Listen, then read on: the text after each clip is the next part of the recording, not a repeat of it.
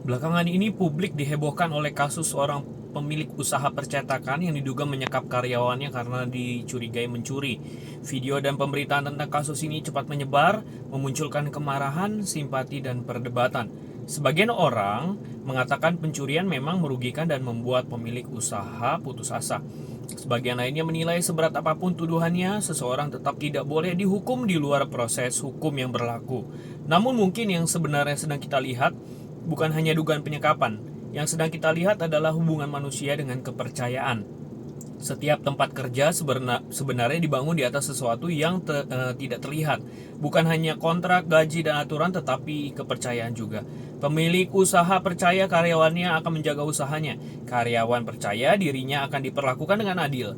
Selama kepercayaan itu ada, hubungan kerja terasa sangat sederhana ya. Tetapi ketika kepercayaan itu mulai hilang, setiap tindakan mulai dipenuhi kecurigaan. Menariknya, penelitian psikologi menunjukkan bahwa ketika seseorang merasa terancam atau dirugikan, otaknya cenderung lebih mengutamakan reaksi cepat daripada pertimbangan yang tenang. Tujuannya sederhana, melindungi apa yang dianggap berharga. Masalahnya, reaksi cepat seringkali tidak menghasilkan keputusan terbaik. Disinilah paradoksnya muncul.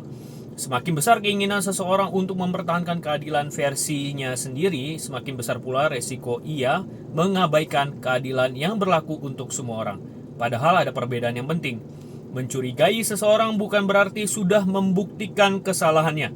Merasa dirugikan bukan berarti berhak menentukan hukuman. Dan marah bukan berarti kehilangan batas.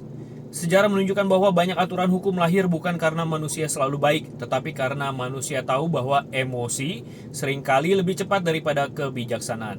Hukum diciptakan agar keputusan tidak bergantung pada siapa yang paling marah, paling kuat, atau paling berkuasa saat itu. Mungkin karena itulah masyarakat begitu sensitif terhadap kasus seperti ini ya. Yang mereka khawatirkan bukan hanya nasib satu orang, melainkan sedang bertanya dalam hati, kalau suatu hari aku berada di posisi yang lemah, apakah aku akan tetap mendapat perlindungan?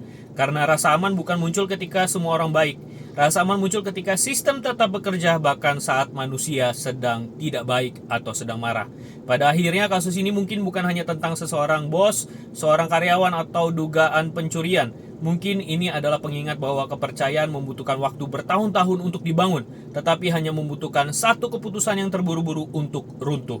Dan mungkin pertanyaan yang patut kita renungkan bukanlah siapa yang lebih salah, melainkan ketika kepercayaan hilang, apakah kita masih mampu menyerahkan keadilan kepada sistem atau kita lebih memilih menjadi hakim bagi versi kebenaran kita sendiri.